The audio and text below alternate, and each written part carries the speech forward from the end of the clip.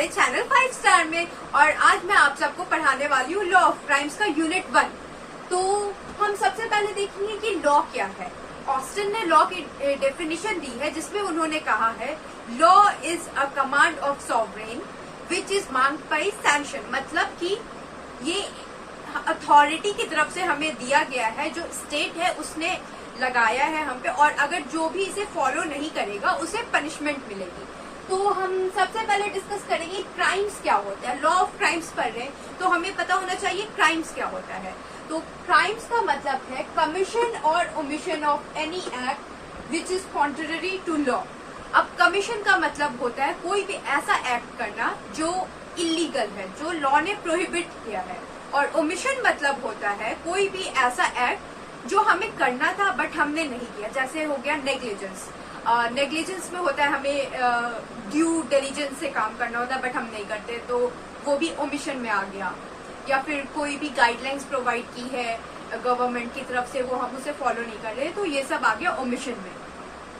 और गवर्नमेंट इसके लिए, लॉ जो है हमें इसके लिए पनिशमेंट देता है। अगर हम कोई भी ऐसा एक्ट करेंगे जो लॉ के अगेंस्ट में है तो हमें लॉ की तरफ से पनिशमेंट मिलेगी। अब हम यहाँ पे डिस्कस करेंगे एलिमेंट्स ऑफ क्राइम। तो क्राइम्स के सबसे पहले एलिमेंट जो है वो है ह्यूमन बीइंग। ह्यूमन बीइंग का मतलब है जो इंसान है। अब क्राइम हो रहा है तो किसी इंसान पे ही तो कमिट होगा। यहाँ पे हम जानवर वगैरह पे तो वो अलग से होता है, वो लॉ ऑफ क्राइम्स में नहीं आता है, वो एनिमल वेलफेयर में आ जाता है।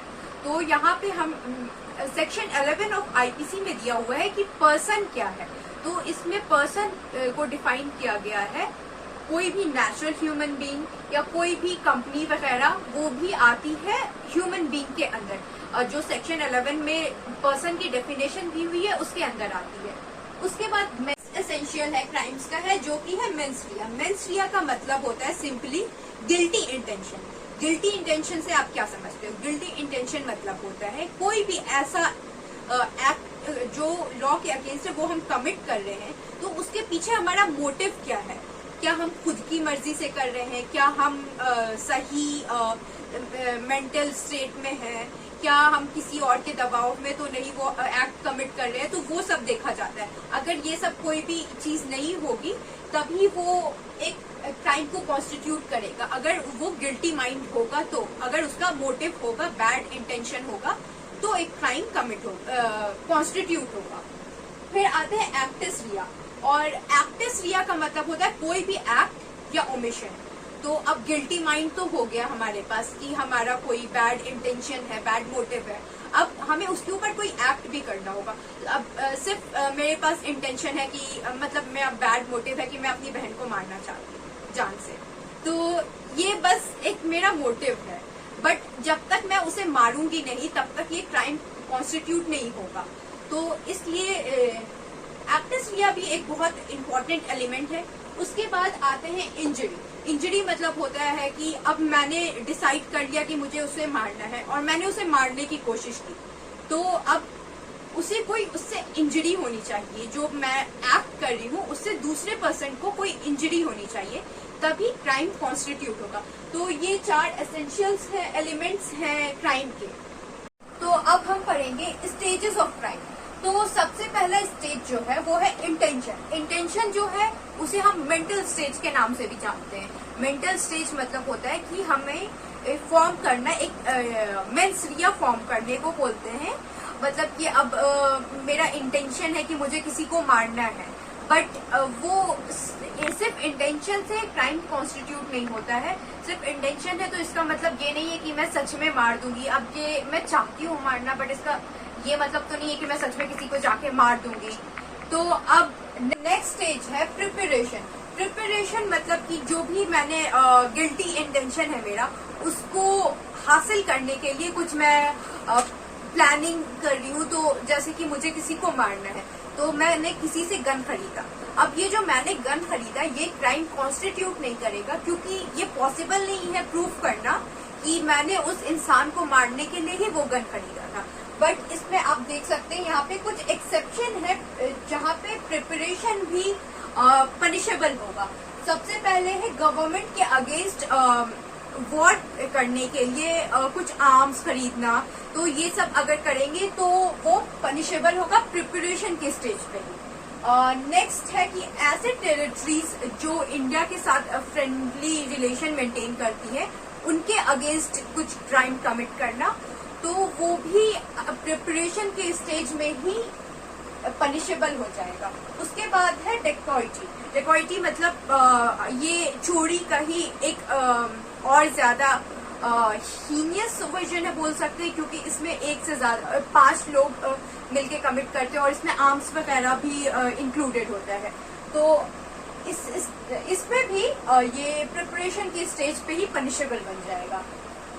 फिर है काउंटरफिटिंग कॉइन्स और गवर्नमेंट स्टैम्प, जैसे कि कोई भी कॉइन का कॉपी करना या कोई भी गवर्नमेंट स्टैम्प है किसी भी रीजंस की वजह से, अगर हम किसी चीज का एक एग्जैक्ट कॉपी बनाना, फॉल्स कॉपी बनाना, तो वो भी प्रिपरेशन, अगर हमने कॉइन जैसे फेक कॉइन्स बना लिए तो वो भी प्रिपरेशन के टाइम पे ही पनिशेबल हो जाएगा।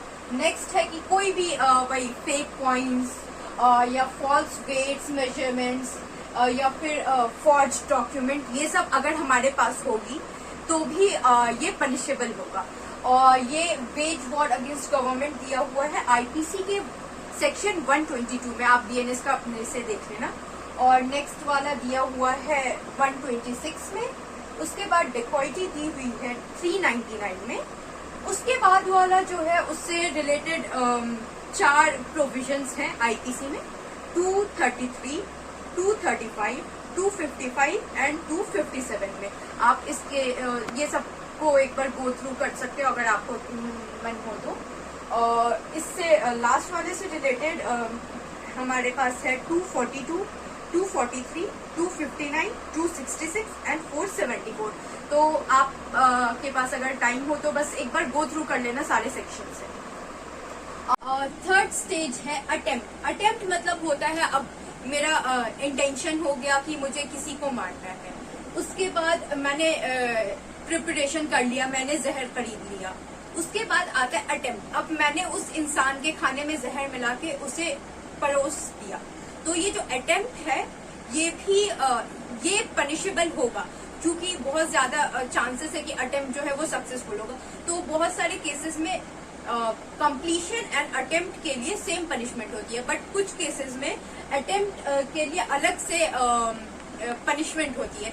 और ये section 511 of IPC and section 62 of BNS में दिया हुआ है कि पनिशमेंट क्या होगी अटेम्प्ट की, ऐसे एक्ट की जिसके लिए इम्प्रिजमेंट है। और नेक्स्ट है कंप्लीशन। तो हमने मेंटल स्टेज हो गया हमारा, फिर हमने प्रिपरेशन कर लिया, अटेम्प्ट हो गया।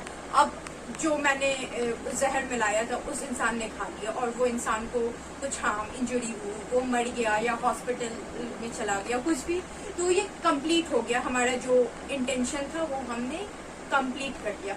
तो ये स्टेजेस हैं क्राइम के। तो जो हमारा नेक्स्ट टॉपिक है वो है common object and common intention. तो कॉमन इंटेंशन जो है वो आईपीसी के सेक्शन 34 में और बीएनएस के क्लॉज 5 ऑफ सेक्शन 3 में दिया हुआ है। ये बोलता है कि कोई भी क्रिमिनल एक्ट अगर सेवरल पर्सन ने मिल के किया है इन फर्दरेंस ऑफ कॉमन इंटेंशन, और तो वो ऐसे लाइबल होंगे जैसे, मतलब एक इंसान ने वो एक्ट कमिट किया है तो उसके सारे मेंबर्स भी वैसे ही लाइबल होंगे जैसे वो एक अकेला इंसान लाइबल होगा। तो सबसे पहले इसका एसेंशियल जो है उसमें 2 लोग होने चाहिए, मतलब एक से ज्यादा पर्सन इसमें इन्वॉल्व होने चाहिए, और उसके बाद उनका सबका कॉमन इंटेंशन होना चाहिए। कॉमन इंटेंशन मतलब होता है कि सबका सेम मोटिव होना चाहिए। अब यहाँ पे क्वेश्चन आता है कि कॉमन इंटेंशन और सिमिलर इंटेंशन में क्या डिफरेंस है। तो सिमिलर इंटेंशन है कि मतलब मेरा भी इंटेंशन है चोरी करना और एक्स का भी इंटेंशन है चोरी करना, बट कॉमन इंटेंशन मतलब होता है कि मेरा भी इंटेंशन है चोरी करना और एक्स का भी इंटेंशन है चोरी करना, और हम दोनों ने मिलके कोई प्लान बनाया है, मतलब हम दोनों को पहले से एक पता है, साथ में मिलके हमने कुछ प्लान बनाया है, तो वो होगा कॉमन इंटेंशन।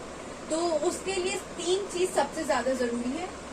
शेयर्ड प्लान जो मैंने अभी आपको बताया, उसके बाद पार्टिसिपेशन इन एक्ट, सब पार्टिसिपेशन होना चाहिए एक्ट में, और उसके बाद आता है नॉलेज। सबको पता होना चाहिए, नॉलेज होना चाहिए कि वो जो एक्ट कर रहे हैं वो क्या कर रहे हैं और उसका कॉन्सिक्वेंस क्या है, ये सब अवेयर होने चाहिए। तो ये मैं आपको एक एग्जाम्पल से समझाती हूँ। जैसे कि ए, बी एंड सी, इन तीनों ने मिलके प्लान बनाया कि ये तीनों चोरी करेंगे, ठीक है। अब ये तीनों गए बैंक रॉबरी के लिए। तो ए और बी जो था वो अंदर चला गया रॉबरी करने के लिए, और जो सी था वो बाहर खड़ा हुआ था ताकि वो मतलब देख सके कि कोई आ तो नहीं रहा है ना, बस बाहर खड़ा हुआ था। तो वहां पे एक सिक्योरिटी गार्ड आया और उसने वो सिक्योरिटी गार्ड को मार दिया। तो क्या जो अंदर दो चोरी कर रहे हैं, रॉबरी कर रहे हैं, वो दोनों भी लाइबल होंगे? तो इसका आंसर है हाँ, वो भी लाइबल होंगे, क्योंकि ये इन्होंने जो एक्ट किया, ये मर्डर किया है, वो इन फर्दरेंस ऑफ कॉमन इंटेंशन है। कॉमन इंटेंशन को ही कंप्लीट करने के लिए, उसको पाने के लिए जो उनका इंटेंशन था रॉबरी, उसी लिए मर्डर किया है। तो इसके लिए वो तीनों लाइबल होंगे, वो ए, बी, सी तीनों को इसके लिए पनिशमेंट मिलेगी। कॉमन ऑब्जेक्ट ये दिया हुआ है आईपीसी के सेक्शन 149 में एंड बीएनएस के सेक्शन 190 में। तो इसके तीन सबसे इम्पोर्टेंट एसेंशियल्स है। सबसे पहले होना चाहिए अनलॉफुल असेंबली। अनलॉफुल असेंबली मतलब होता है कोई भी ऐसा असेंबली जो क्रिएट किया गया है किसी भी ऐसे एक्ट को अकम्प्लिश करने के लिए जो लॉ प्रोहिबिट करता है। और इसका एक एसेंशियल ये है कि 5 या उससे ज्यादा मेंबर होने चाहिए। उसके बाद शेयर्ड पर्पस, सबका पर्पस जो है वो सेम होना चाहिए, शेयर्ड पर्पस होना चाहिए। और तीसरा है कमीशन एंड ऑफेंस, मतलब कि कोई एक्ट कमिट करना होना चाहिए। तो ये तीन एसेंशियल्स है कॉमन ऑब्जेक्ट की। अब जैसे कि आप मान लो किसी 5 लोगों ने मिलके एक क्रिएट किया अनलॉफुल असेंबली, और उनका शेयर्ड पर्पस था कि कोई जगह प्रोटेस्ट हो रहा है उसे रोकना, अनलॉफुल वेज से रोकना। तो सबका शेयर्ड पर्पस था और उन्होंने जाके वो किया। और मान लो जैसे कि 5 लोगों ने मिलके किया, ये बनाया अनलॉफुल असेंबली, बट उसमें से 4 लोग नहीं गए, लेकिन कोई एक इंसान जाके वो एक्ट कमिट कर दिया, तो उसके लिए जो बाकी के 4 हैं वो भी लाइबल होंगे। मैंने फर्स्ट यूनिट पूरा कवर करने की कोशिश की है, सारे टॉपिक्स इंक्लूड किए हैं। आई होप कि आपको समझ में आया हो मेरा समझाया हुआ, और प्लीज रिकमेंडेशन दे कि मैं क्या इम्प्रूवमेंट कर सकती हूँ। और आप सबका शुक्रिया। Please like, share and subscribe.